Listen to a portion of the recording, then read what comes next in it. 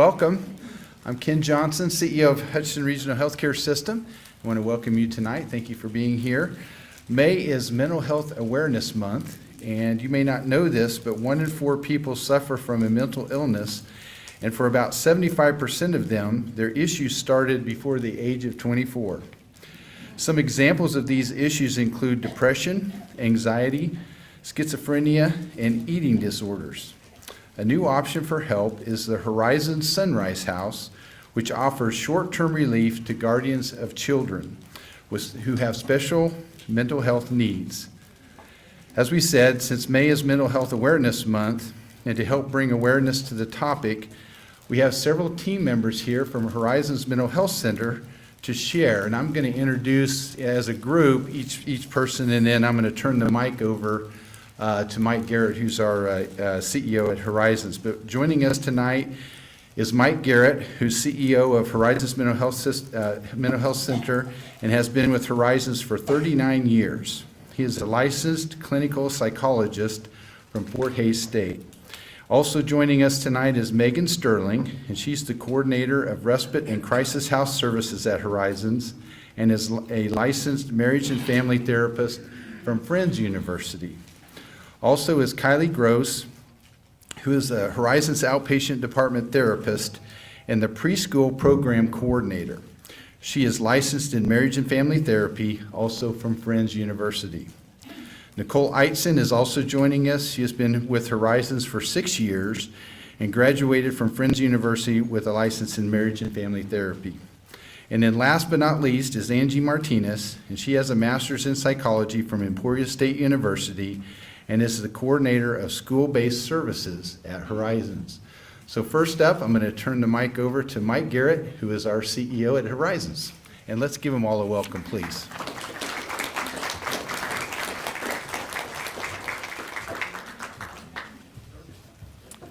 Thanks, Ken. As he mentioned, my name is Mike Garrett. I'm the CEO of Horizons Mental Health Center, and I appreciate everybody coming out tonight, especially with the weather the way it is. May is Mental Health Awareness Month, and you're lucky that you've basically got a 2-for-1 presentation tonight. As you were enjoying your meal, there was a rolling slideshow that was on that I hope you were all able to pay attention to and get some information from. There's some incredibly valuable information there. A lot of it speaks to symptoms of anxiety and depression. And a part of that I really want to draw your attention to is that many of the symptoms of anxiety or depression can show itself as a physical problem. There can be sleep disturbances, there can be appetite disturbances, there can be loss of energy. A person with anxiety may have heart palpitations, feeling as though they're having an anxiety attack or having a heart attack, those kind of things. And what will happen is that'll lead people to go to a primary care doc, when what they actually may be experiencing is an underlying depression or anxiety. I think it's great that everybody get checked out by their primary care doc. But what I wanted you to glean from those slides was that symptoms can kind of mask themselves and lead us to think that we're having physical problems. What you can do is on our website, hmhc.com, there was a slide in there that talked about screening tools. And if there's a concern about yourself or someone that you love and care about, you can go to our website, find the screening tools, and there's about 4 or 5 different kinds in there, but there's one for anxiety and depression. It's completely anonymous. It doesn't come back to us. You'll get the results right then. You can print them off if you want.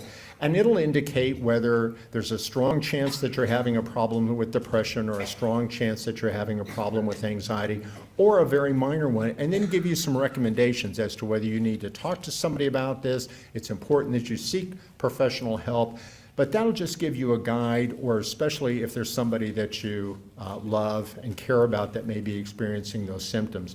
We have a program called Mental Health First Aid, and the whole goal of that is to help people understand very quickly and very early what those warning signs are, what those early symptoms are, so that they can get that treatment and that intervention as quickly as possible and try to avoid any other complications. And it is important to realize that both for anxiety and depression, there's incredibly effective treatments. So that's the first part of our program.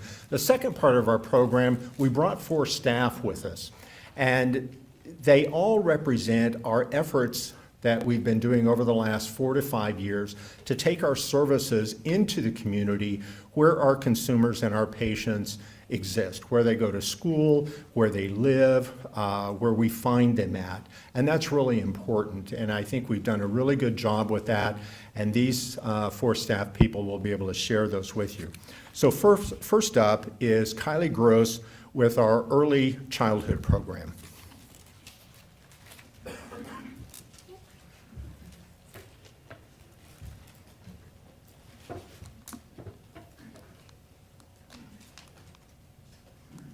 Moving.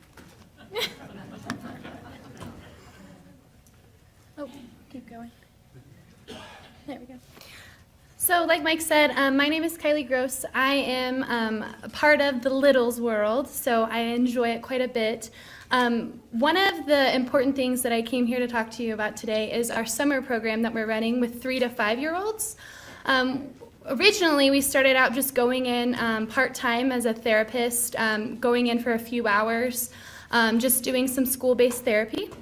We've really increased that actually over the last few years. We've actually tripled our numbers to where we started out part-time, we've moved full-time, and then we've gotten to the point where it's almost to a point where we need more than one person in that role. We are serving multiple Head Starts in the community as well. So the program that we have for the summer is going to be in collaboration with Head Start, and right now we'll be with 3 of them in Reno County.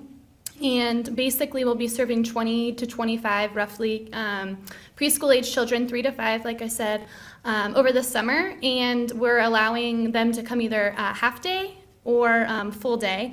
And these kiddos are the ones that really struggle in the classroom. We don't focus necessarily on academics because these kids normally come from a very traumatized background. So we're really focusing more on social skills, emotional regulation, processing through trauma, or even just giving them that attachment that they don't get at home. So those are the things that we're really working on, and we're using an evidence-based curriculum that will really work on building those skills for them. And we will have 2 classrooms, so we'll have quite a few kids, but it's going to be more one-on-one based, which will be beneficial for them. So hopefully we can get them kindergarten ready and they can go on from there. The next thing is that we are also starting a therapeutic center. So we're hoping that the summer will be like a really soft rollout for us for the school year, which we're hoping to open up our own licensed center in the fall. And we'll have our own referral system for that, but we're also going to be coordinating with Head Start because those kiddos will also be joining our center. And those will be the kids that also need that one-on-one care. So we're really collaborating with them and really hoping for the best. And so we're in the licensing process, so we'll figure that all out. But those are the main things that we're working on with our littles.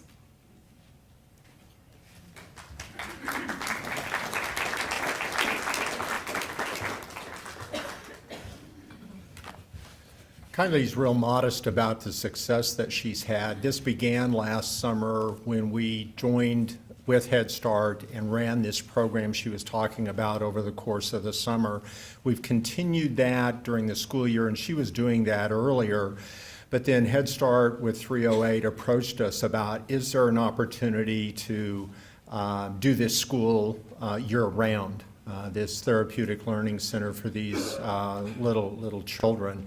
And I think that speaks to what Kylie and her staff have been able to do and demonstrate the success that she's had.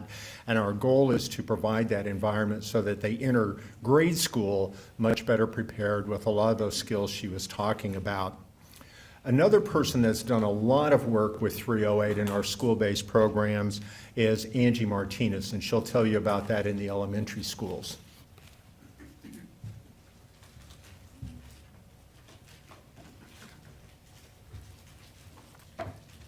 Hello, I'm Angela Martinez, and I've helped coordinate the school-based program for the 308 district.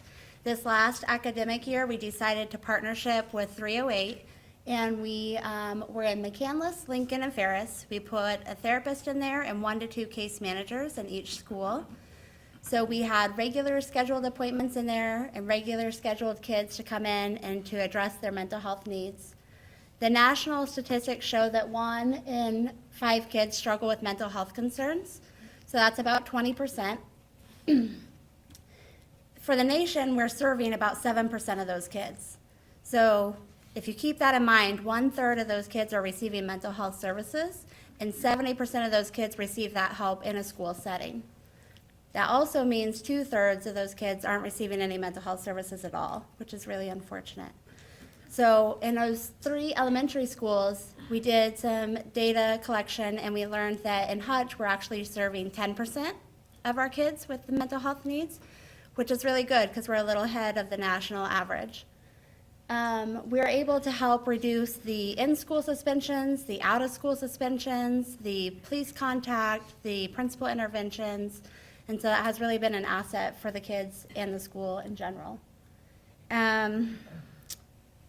From August to December, we were able to help 35 new kids come into services that weren't receiving any help at all. So that's pretty significant. We were helping kids that could be a danger to self, others, or emotionally dysregulated. So we tracked that we were helping with 90 different crisis episodes between those three schools just from August to December.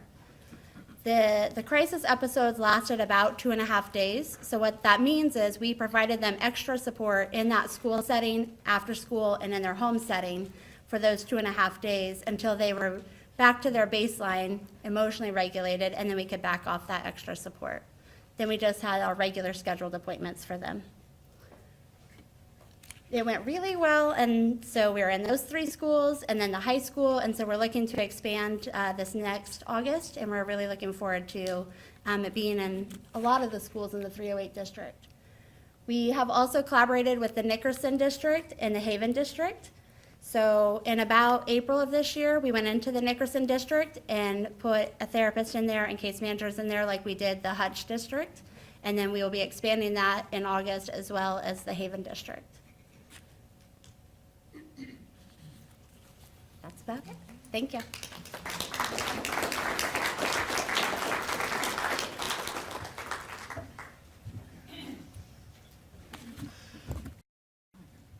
I have to say, I have an incredibly humble staff because I'm going to brag on Angie just like I bragged on Kylie. About 1.5 years ago, I went to Gary Price, the interim superintendent of 308. We were going to start a new program. We've had a big presence in the school for several years, but we were going to add another one. And I remember preparing for that meeting thinking, maybe we just need to develop a strategic initiative as to how we're going to blend mental health services into the school system in a way it made sense. So I went and had a conversation with Gary, and he thought it was a great idea. So we put together a work group, and Nicole was on that work group. You'll hear from her later. 3 of our staff and 3 staff from 308, and they spent about 4 months trying to put together a plan that we actually put together as a pilot project and began last August. We selected Angie to spearhead that pilot project, and it's been incredibly successful. They've had meetings with the other principals. These were just in 3 schools here locally. Meetings with the other principals, and they all said, we want it too. We want what they have. We want that. Then we also met with the principals of the surrounding special education co-op, RCEC, and they said, we want that too. And that's what's led to the Nickerson program. Fairfield is asking for that as well as Haven. So Angie's being very modest. She's an integral part of this. 308 has embraced it and sees the value of it, and she's been very instrumental in doing that. Another program that we've developed has been headed by Megan Sterling, and she's been doing this program now for a couple of years. And it's really a very unique program that we have. We're one of the few mental health centers in the state that have the volume of this program that we have, and I'll let her tell you about that program.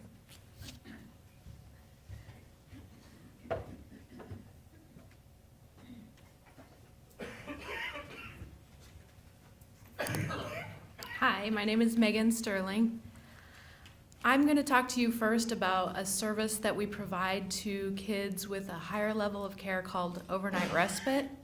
And what that is they get the opportunity to go to a licensed foster home in our Hutchinson area so that they can have a break from their parents or their families, and the parents can also have a break from them. Because as you can imagine, kids with high-level emotional needs are pretty exhausting to care for at certain times. So it's planned, it's scheduled every month. Right now we're serving about 50 kids in the respite program. That's pretty average. We have 3 respite homes that we use in the area. Like I said before, they are licensed with the state of Kansas as foster homes. They keep these kiddos that range in age from 10 to 18. They'll keep them anywhere from a minimum of about 20 hours to a maximum of about 40 hours a stay. So these people are doing some incredible hard work because they'll keep anywhere from 2 kids at a time to up to 5 or 6. And they have their own children and they have their own full-time jobs. So they're working really, really hard to make this happen. And I really believe in this program because I've seen it help a lot of families that just simply need a minute to catch their breath so that they can provide good quality care for their kids. And then the other program that we've started at the end of February, we'd been working on it for at least a year and a half prior to, but we got to open our doors at the end of February for our crisis house. We call it the Sunrise House. It's also a local residential facility. It's licensed by the state of Kansas as an attendant group home. So we're licensed for 4 kids at a time. These kids are needing crisis intervention. They may not be able to function safely in their home setting, and we give them a place to be with one-on-one care for a period of up to 72 hours at a time. It's pretty intensive service. They definitely have to meet medical qualifications to be able to utilize this service. It's proved to be very beneficial. Since the end of February, we've been able to take 14 placements, which has been about 12 kids, for about 42 days since then. So we're looking to expand, and as we add staff, we can increase our numbers, and we're really looking forward to serving the community in that way. Thank you.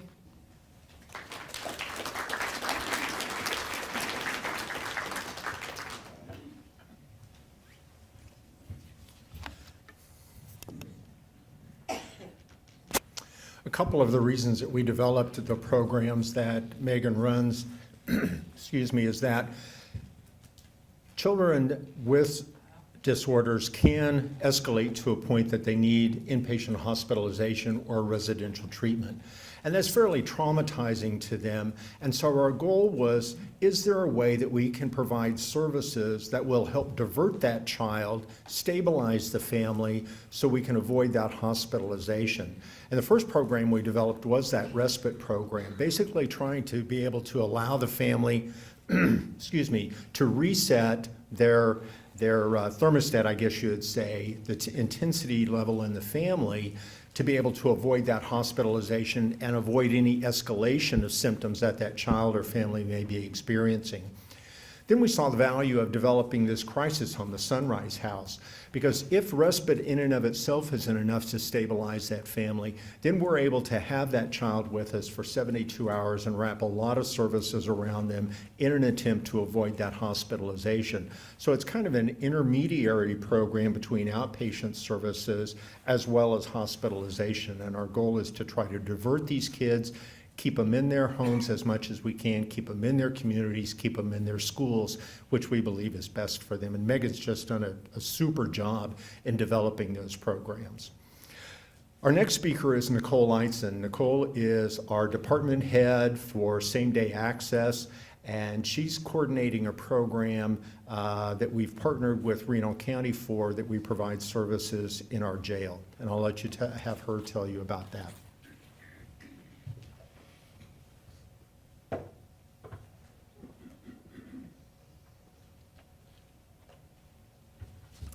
Hello, my name is Nicole Eitzen, and as Mike shared, I oversee our same-day access department, and that is comprised of a few different teams, but one of my newer teams that I've gotten to bring on is our jail program. And a little over 3 years ago, is when we started our partnership with the jail, and we have had a therapist in there for the last 3.5 years. And the purpose of that is for them to provide mental health treatment to inmates there. What we were finding with the county, like these statistics show, is that so many people that are in jail have a mental illness. And some of them may have ended up in jail as a result of their mental illness. And so this does not excuse criminal behavior. However, it does give some context to it. And so we put a therapist in the jail to assist these folks, really help provide intensive mental health treatment there, and also help them transition out and back into mental health services either with us or with another county that they may be returning to. What's been really exciting about this partnership also is how much it's grown in the last 3.5 years. We started to notice that the volume was so high and the need was so high. And so we started collaborating with a group here in Kansas and started to see that there were other models that we could look at to expand our services. And so one of the things that we did is we've really worked a lot, especially with Douglas County. They're out of Lawrence, Kansas, and they have a very successful reentry program there. And so we've gotten to meet with them quite a bit and hear about what they're doing, with the work that they're doing in the jail. And one of the things that they did is they started hiring reentry case managers. Now their team is very large, but it also took them a long time to get there. And this January, we opened up a reentry case manager position, and we hired that at the beginning of February. And so since then, that individual has been working with those folks as soon as they come into jail. The case manager partners with the therapist to figure out what some of the needs are. The therapist really focuses on the therapeutic intervention, and then the case manager works on discharge planning. So as soon as you're released from jail, what are the needs that we need to look at filling for you? What can we do to help support you in applying for housing, applying for a medical card, applying for disability, or coming in for services? Some of these folks have not engaged in services. So our current case manager, his name is Shane. And I can't even tell you the number of individuals he's worked with, but outside of the jail, he has been working with about 10 individuals that he meets with once they're released from jail, and he works with them on housing and getting food stamps, or working on connecting him with other resources to help find jobs. And what he does is he starts all of that work while they're in jail. And it's been really neat to see him do that planning with the folks in jail and partner with the other programs there. Because our hope is that we can reduce recidivism, reduce these folks coming back to jail, and help them to be successful here in the community. One of my favorite stories of what he has done so far is we had somebody that was very anxious about getting mental health treatment, had never come to Horizons, had a really poor experience at another mental health center a long time ago. And so Shane offered to meet him up at Horizons, and he sat through the whole intake process with him. And Shane didn't get credit for that. He just knew it was the right thing to do to help this guy. And that since then, this guy's been able to engage in services and get some of the ongoing support he needed, and has not returned to jail as a result of it. So that is our hope, and that is what we are hoping to get from the program, is to see these individuals get the mental health treatment that they need, and continue to provide that support in and out of jail. So thank you very much.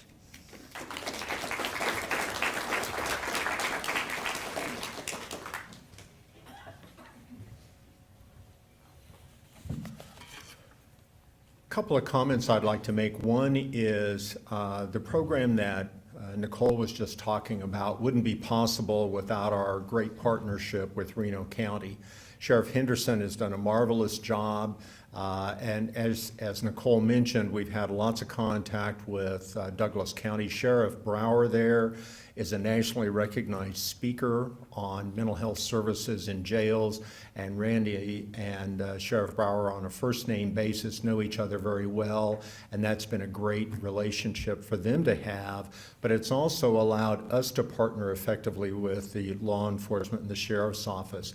I'd also give credit to the Reno County Commission, because those staff that Nicole identified, we split the cost of those staff just right down the middle. The county pays half, we pay half. I'm sure you've all seen newspaper articles or seen reports on TV or on the internet that prisons and jails have become the largest mental health institutions in our country. And there's a strong need to provide those services. And as Nicole commented, our goal is to reduce any future criminal behavior and future contact with law enforcement personnel by helping them to stabilize through the treatment that they need to try to reduce those contacts with law enforcement and become members of our community. The other thing I would comment on is that of all of these presentations, it's a great partnership with another community agency.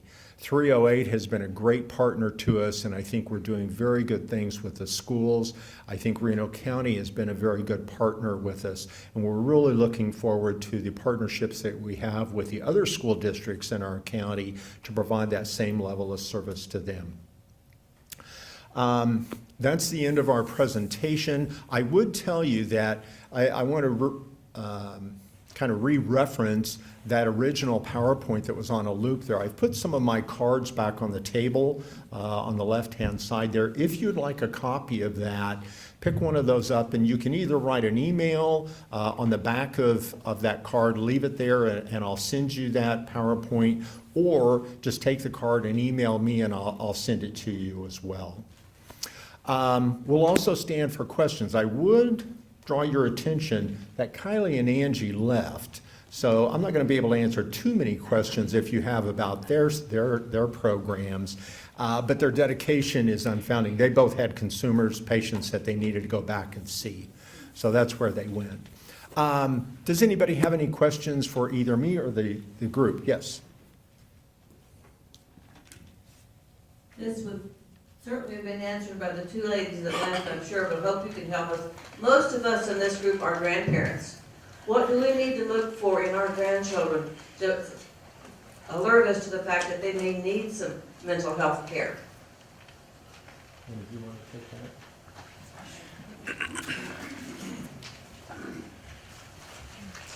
that? That's a great question. A lot of what we see in kids is not always the typical maybe depressive and anxiety symptoms that we would see in adults. In kids, we would see much more acting out behavior. So kids are going to have temper tantrums. Sometimes they're going to get frustrated, but these would be ones that are maybe a little bit more extreme, maybe throwing objects more frequently, destroying property, really struggling to use their words, screaming and crying when they can't get their point across.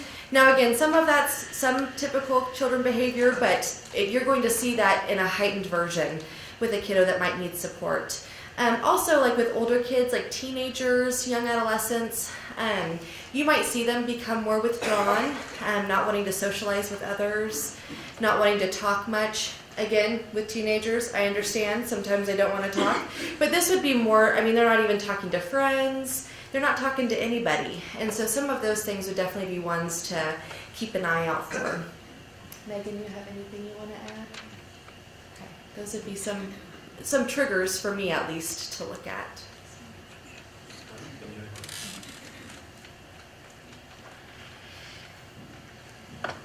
On the PowerPoint, they mentioned anxiety and depression.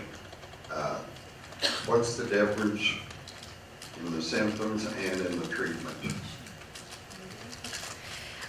Great question. So with depression, there's a lot of sadness, withdrawing symptoms, isolation, maybe some feelings of hopelessness, low self-worth, feeling helpless to change anything. You would also notice maybe somebody or yourself being really tired all the time, and maybe you're wanting to sleep all of the time, or you have difficulty sleeping at night. With anxiety, you will have more racing thoughts, worrying about, you wouldn't necessarily have obsessive thoughts if it's a generalized anxiety area, but just feeling anxious and worried all the time. You might feel like your heart's pounding a lot.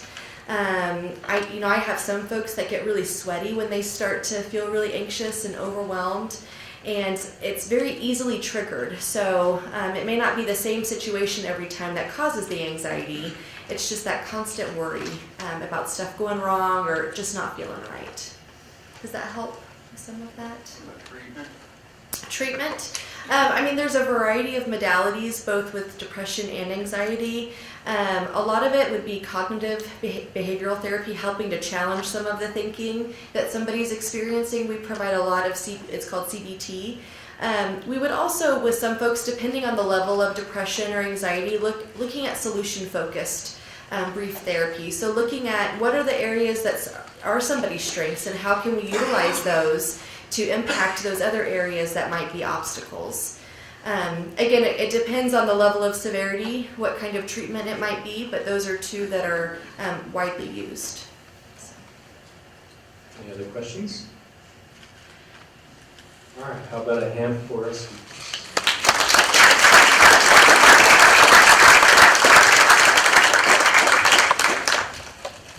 The last thing I'd comment is kind of adding to what Nicole said is, cognitive therapy, she mentioned that, and that's basically trying to help a person understand their self-talk. What are they telling themselves about what's happening in their life? Epictetus was an ancient Greek philosopher in about 600 BC, and he coined a phrase, men are not disturbed by events, but by the view that they take of them. And so that's really the idea of cognitive therapy, is trying to help a person understand, what am I telling myself about the event, or what am I telling myself about myself? Nobody loves me, I'm worthless, I'm terrible, those kind of thoughts, and really challenging them to see if they're reality-based. If there's no other questions, well, yes, excuse me.